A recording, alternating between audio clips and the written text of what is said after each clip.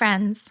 Welcome to Foggy Oak Fairy Tales, a stories podcast for all ages, where we tell farm stories from real-life happenings on Foggy Oak Farm, as well as fantasy tales to spark both learning and imagination. I'm so glad you're here. Do you know the story of Jack and the Beanstalk?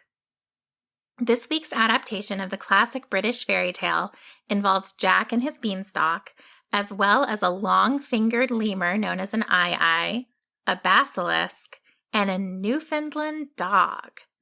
How these characters all fit together with three horrible giant brothers, I leave you to find out by listening to their story. Once upon a time, in a land of magic and mischief, there lived a young boy named Jack. Now, Jack was what some in town, what everyone in town would have called a troublemaker. If there was mischief happening, you could safely bet that Jack was involved. If the hitching post in town was broken, everyone immediately blamed Jack. Someone let the cows out and sent them stampeding through the town square? Jack. Someone tripped over a rope staked across the road close to the ground? Definitely Jack. A giant thunderstorm blew the roof off a cottage? Lightning struck the same spot twice? Crops didn't grow right? Jack, Jack, Jack. Now, some of these things were clearly not Jack's fault, and it wasn't fair for the villagers to ascribe blame to him. But in truth, Jack did cause a lot of the trouble that happened around town, and he enjoyed doing so. I've already told you and shown you that it was a time of mischief, and Jack certainly did his best to ensure a constant supply for his village. But it was also a time of magic. And magic was something Jack's life didn't have a lot of.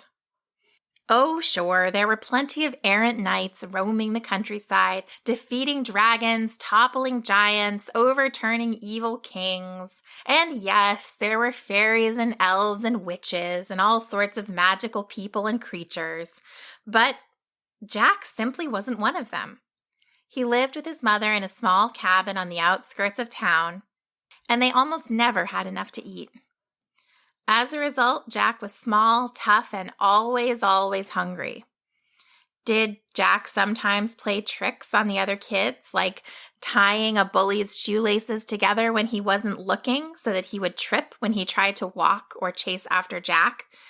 Yes, but then again, Jack didn't have any shoes, and the top of one of his feet was still an angrily mottled purple from where that boy had stomped on his foot. Mischief, cunning, and retaliation were, more or less, all Jack had. It wasn't much of a life, and Jack often found himself wishing for some of that magic his mother always told him tales of to find a way into his life. After a particularly bad day, Jack had unintentionally set fire to an inn's kitchen where he had been working as a spit turner, spending his day rotating a giant slab of meat over hot flames. Jack was trudging home in the gathering dusk, feeling miserable. The stars were just beginning to come out, and even through his exhaustion and sadness, Jack felt something stir in him as he looked at the beautiful stars twinkling above. As he regarded them, a shooting star flamed across the sky. Delighted at this rare stroke of luck, Jack made a wish. "I wish for magic and adventure," he whispered as he watched the star. A dangerous wish in that day and age, because you really did need to be careful what you wished for. But none of that was on Jack's enchanted mind. Rather than disappearing into the distance like a normal shooting star, this one came straight down, hurtling towards Earth and Jack in a thrilling and terrifying howl of fiery speed. Jack didn't have time to even think of running away. Almost before he processed what was happening, the star had crashed into the road only 50 feet or so in front of him. The speed and violence of its collision with the earth created a crater, the edge of which Jack quickly ran to. He looked down into the steaming indentation, which, all things considered, wasn't too terribly deep, and saw in its center a small object that shone with a pulsing green light. Overcome with curiosity and heedless of any danger, Jack scrambled and slid his way down into the heart of the crater and squatted down next to the object. Up close, the glowing treasure was about the size of Jack's hand and looked something like a large bean seed. Jack knew what a bean seed looked like because he always helped his mother plant their garden. It was a reliable source of fresh food they couldn't do without. This kidney-shaped starfall looked harmless enough, even if it was glowing, and Jack felt an increasingly insistent urge to pick it up. Never one to resist an urge, Jack did so. As he picked up what he was thinking of as his star bean, his skin tingled and a shiver ran all across his body. The glow of the bean was suddenly gone, and instead his own skin gave off a gentle green light. That was weird. That was exciting. Without thinking about why, Jack set off back towards home, scrambling up the side of the crater one-handed. He'd never been that good at climbing things before, especially one-handed. Interesting. Jack moved quickly towards home and again, without considering why, went immediately to the garden, which at that point was full of a riot of fresh vegetables and a few flowers that his mother especially loved. It had gotten dark, but with the glow from his skin, Jack had no trouble seeing as he carefully dug a hole, planted the seed, and fetched water to give it a nice drink. Something magical was clearly going on, so Jack didn't bother to worry about why he felt compelled to do any of these things. It felt right, and he'd wished for magic. Why worry? His mother had already gone to bed when Jack made his way into the house.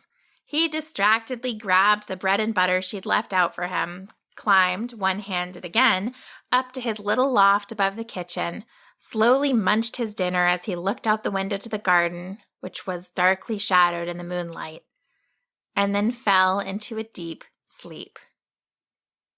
In the morning, Jack was startled awake by his mother's scream. "Ah!" He looked out the window to what had been their garden.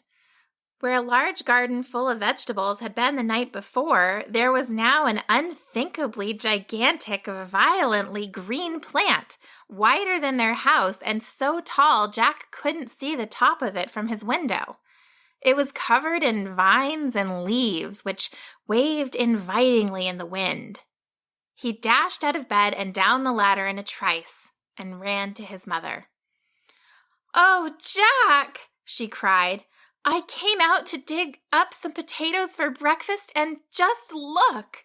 What on earth could have happened to our garden? What is this?" His mother wasn't asking in a way that expected an answer. She was just processing what had happened out loud.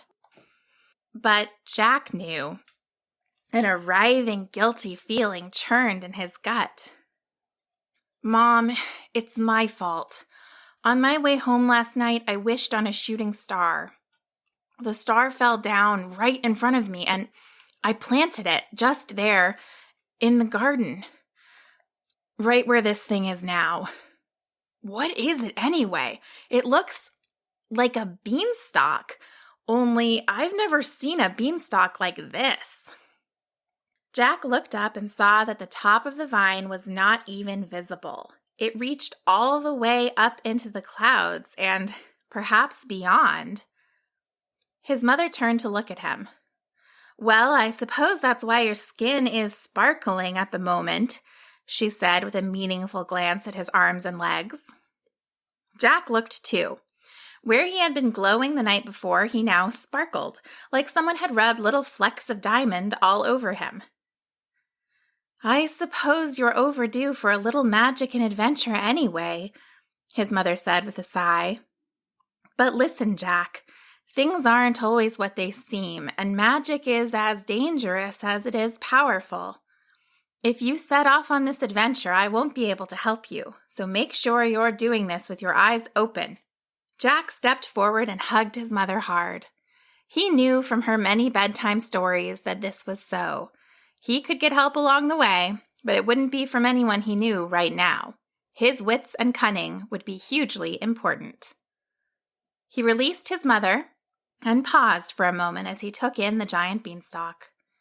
He contemplated going back to the inn to try and plead his way back into his kitchen boy job instead. After burning down the kitchen yesterday, it wasn't likely, but he did have the gift of gab and could be very persuasive.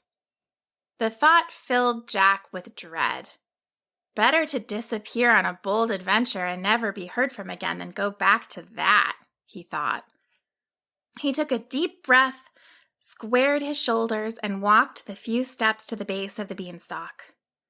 The vines that wrapped around the main shaft of the beanstalk created what looked to Jack like excellent foot and handholds for a trip up into the sky. "I'll come back with fortune, Mother. I'll make sure we never go hungry again." And without even a glance over his shoulder, he started the long climb. His mother shook her head and turned back towards the house to try and scrounge something up for her own breakfast. She hoped she would see Jack again, but people in this time and place sort of accepted that when someone went on an adventure, it wasn't always going to go their way. Jack climbed easily, moving from one foot and handhold to the next instinctively. He didn't rush and he didn't worry, yet somehow after only a few minutes he had nearly reached the low bank of clouds that had rolled in with the foggy morning. Jack was excited. He'd never been in a cloud before. He shivered in delight as he felt the cool mist of the clouds move across his skin, and he kept climbing. He couldn't see around him now. It was all white and gray, swirling mist. "If this is all that's up here, it's pretty boring," he muttered to himself. But no sooner had he spoken than he burst through the cloud into clear air. And not only was it clear air, the clouds seemed to have solidified under his feet. There was a gap through which the beanstalk rose, but the rest of the cloud looked satisfyingly solid. The beanstalk continued upward, but Jack's eyes were immediately caught by a truly gargantuan castle, which sat, solid as anything, upon the cloud only a quarter mile or so away from the beanstalk. "You only live once," Jack said in as cheerful a voice as he could manage, to give himself some encouragement, and jumped off the beanstalk and onto the cloud. It was springy, but it was definitely solid. Now, Jack didn't mind taking chances and causing mischief, but he preferred not to get caught if he could avoid it.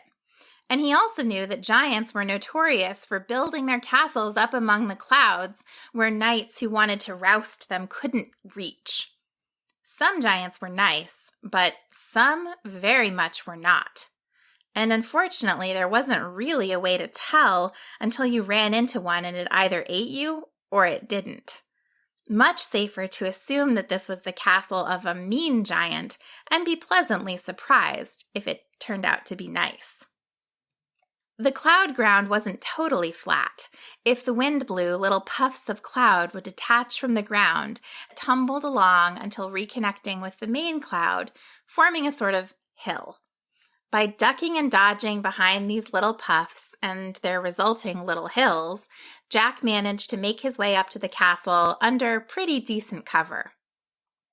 It probably also helped that Jack looked very tiny and non-threatening compared to the size and grandeur of the castle.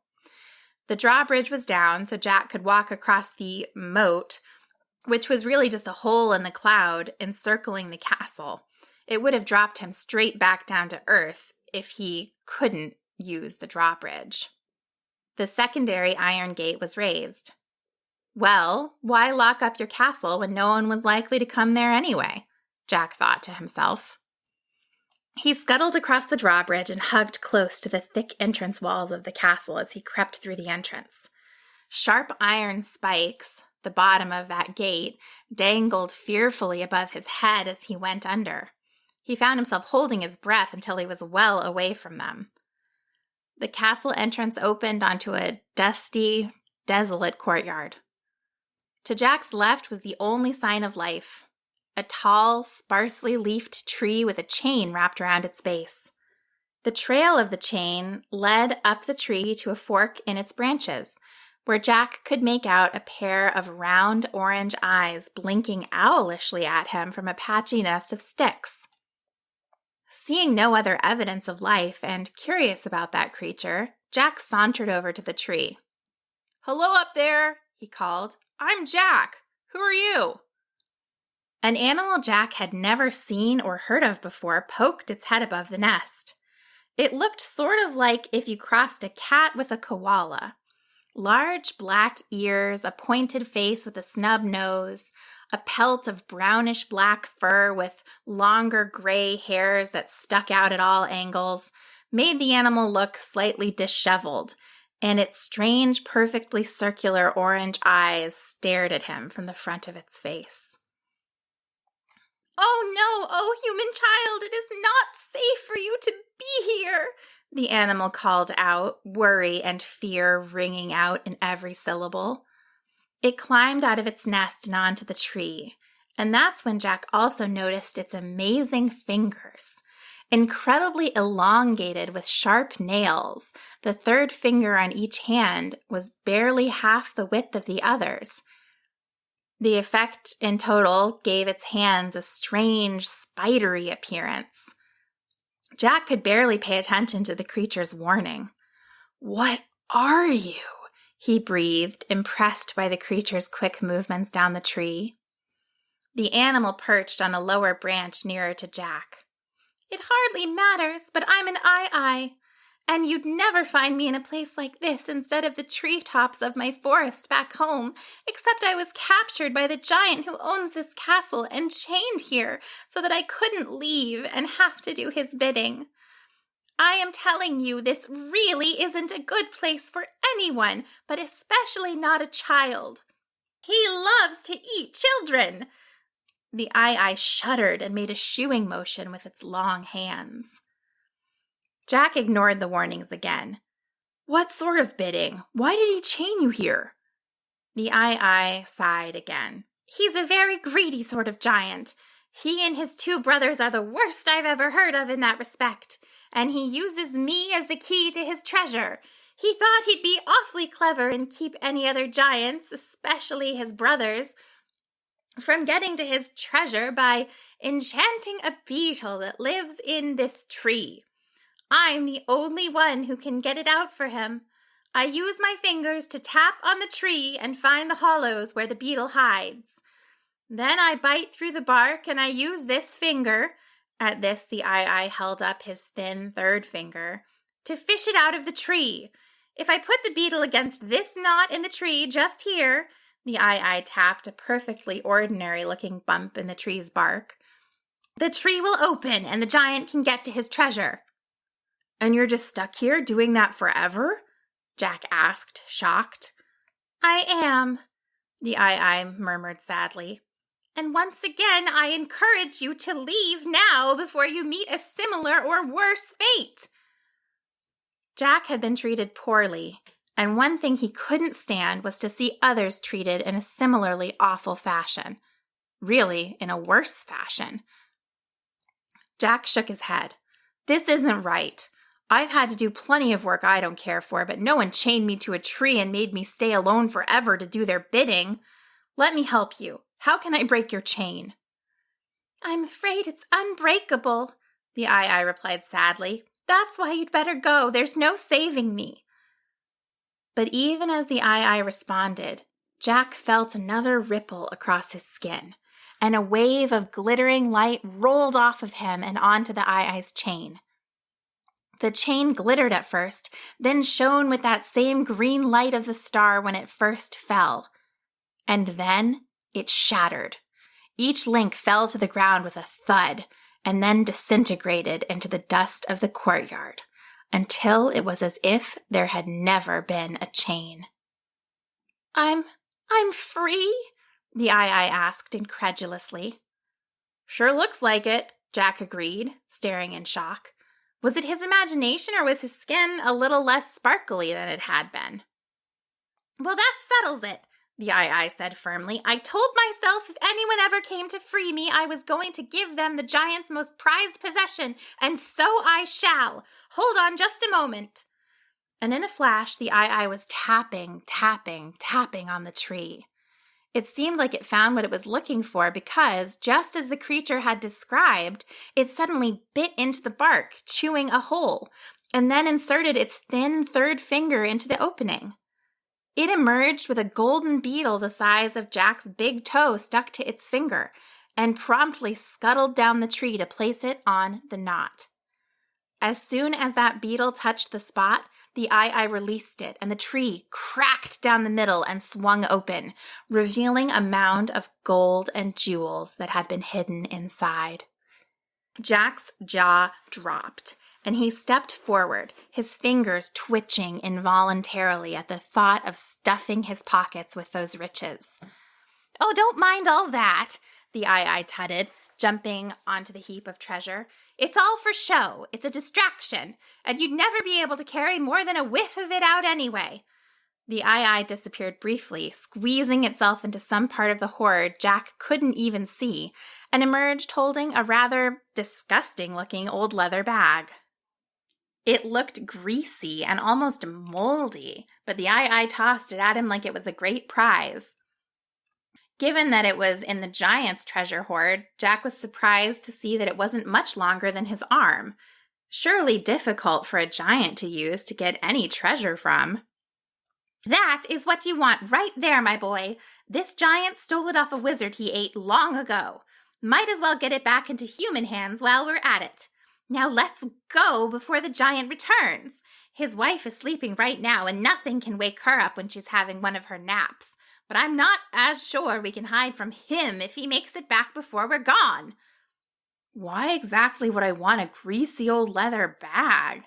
Jack asked, utterly confused. "Oh," the Eye said, "right. Because it's magic. Reach into that bag and you'll always find money, exactly the amount you need for whatever you need it for." Jack tested this assertion immediately, sticking his hand in and finding it suddenly filled with enough gold to buy their little cabin outright. He grinned, stuffed the coins back in the bag, and offered his arm to the Eye. "Well, I certainly can't leave you here. What say you come live with me and my mother, and you'll never see another chain in your life?" Jack asked the Eye. "Let's go," the Eye agreed, carefully climbing onto Jack's arm and then perching on his shoulder. As the Eye left the tree, it snapped closed behind him with a crack. It was loud. Jack dashed back towards the beanstalk, leather bag and Eye bouncing along with him as he ran. But when they got to the beanstalk, the Eye spoke again. "You know," it said, "that giant has 2 older brothers who are even more horrible than him. They all live directly on top of one another, and I know for a fact that the other 2 have creatures they are forcing to guard their treasures too. What say you to making this a tale of 3 and sorting out the lot? They all go hunting for people to eat during the day, so we aren't likely to run into any of them." Jack knew that 3 was a very good number for magical adventures, and it was all going well so far. He already had a bag that would give him endless money and a new friend. What else could he discover if he kept going? Naturally mischievous Jack was no match for that opportunity. "Let's go," he grinned. And Jack and the Eye jumped onto the beanstalk and continued their journey up towards the next layer of clouds. Just as they were about to reach the beginning swirls of mist at the next cloud deck, Jack and the Eye heard a furious roar coming from the castle. "Fee, fi, fo, fum, I smell the blood of a human," they heard. And then an even angrier roar. "Wife, my servant is gone, as is my unbreakable chain, and I smell an human." "Oh, goodness, I don't know. I've been asleep and I wanted to stay that way. I don't smell any human. You probably just threw that awful little animal down the moat and forgot. Shouldn't you be out hunting for our dinner?" they heard the wife scream back. "I can't get to me treasure and I smell an human, I tell ya," the giant yelled back. "I guess she can be woken up," the eye muttered to itself.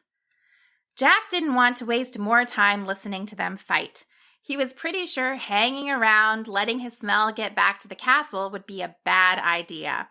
He raced upwards into the mist of the next layer of clouds. The second layer was essentially the same. An almost identical castle loomed in the distance with an open drawbridge and gate.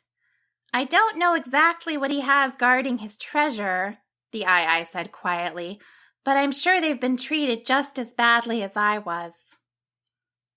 Jack followed the same strategy as last time, using the puffs and cloud hills to hide his approach to the castle, dashing across the drawbridge and tucking himself in the eye close along the walls as they went through the entrance. Rather than coming into a courtyard, this time the entrance led them directly into a vast, dimly lit throne room. 2 enormous chairs sat empty on one side of the room, while along the wall at the other was a table laden with every food you could possibly want to eat. Jack felt his stomach growl. He'd forgotten to eat breakfast. He started moving towards the table. He'd figure out how to reach up there, or maybe the eye could climb up and bring something back down, when the eye hissed in his ear, "This feels like a trap!" And then they noticed what they had taken for intricate carving around one of the legs of the table was moving. That's it for this week, but join us next week to find out who Jack and the eye are about to meet in the castle of the second giant. See you soon! Remember, you're part of the story too. What did you think of this story? What did you imagine when you were listening? We'd love to hear your part of the story. If you and your grown-up want, you can share your thoughts or a picture you drew with our Foggy Oak podcast family. You might find it easiest to share with us on Facebook at Foggy Oak Farm, but we have lots of options on our website, foggyoakfairytales.com. You can also check out pictures from the farm and learn more about us. Thanks for being part of the story, and I hope you'll join us next week.